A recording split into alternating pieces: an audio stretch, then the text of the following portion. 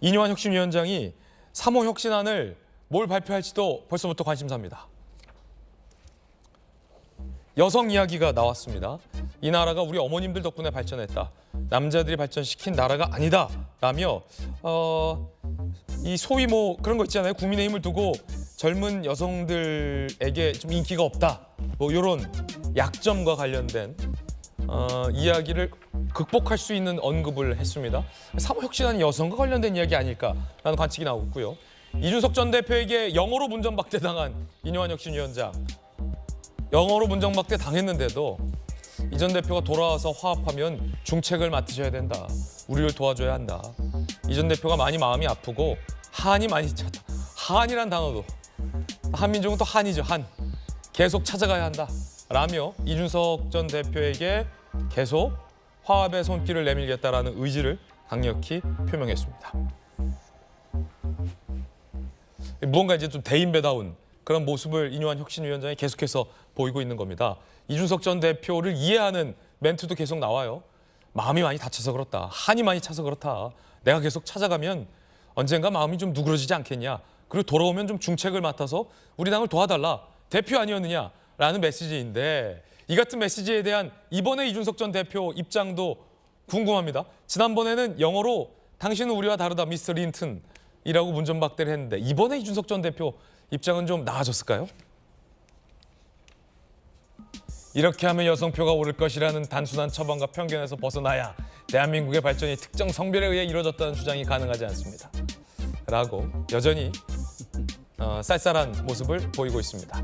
이렇게 한다고 여성표가 오르겠냐라는 건데 사실 이건 이준석 전 대표가 지난 대선에서 보여줬던 이른바 20대, 30대 여성들을 타겟으로 해서 뭔가 20대 남녀를 갈라놓기 했다, 갈라치기 했다라는 어떤 비판의 여론에 대해서 사실 이뇨한 혁신위원장이 툭 그거를 건든 건데 이 전 대표가 방금과 같은 대응을 했습니다.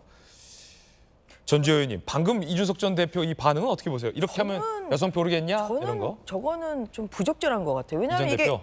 왜냐면 이게 그 어머니라는 것은 어떤 여성 남성을 뛰어넘는 거거든요. 이게 우리들에게 어머니라는 것은 이게 여성의 의미는 아니란 말이에요.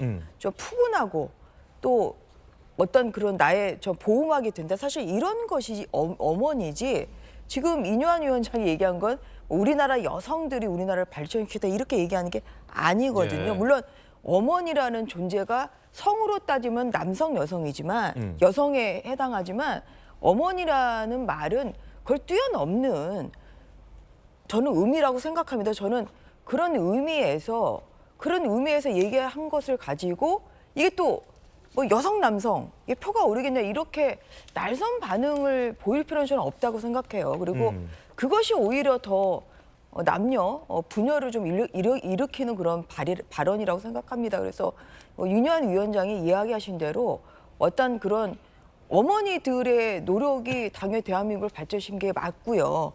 그런데 이제 여기서 더 나아가서 그러면은 그 위대한 어머니들을 위한 어떠한 정책을 이제 만들 수 있냐 여기에 대해서 관심들이 있을 수 있는데 국민의힘의 저는 뭐 이렇게 갈라치기를 하는 그런 정당은 아니지 않습니까? 예. 그래서 여성 능력 있는 여성들에게도 문호를 개방하는 정말 그런 혁신안이 나오면 그것도 저는 좋을 거라고 생각합니다. 예, 이준석 전 대표의 이번 답변에 대한 풀이도 좀 들어봤고요.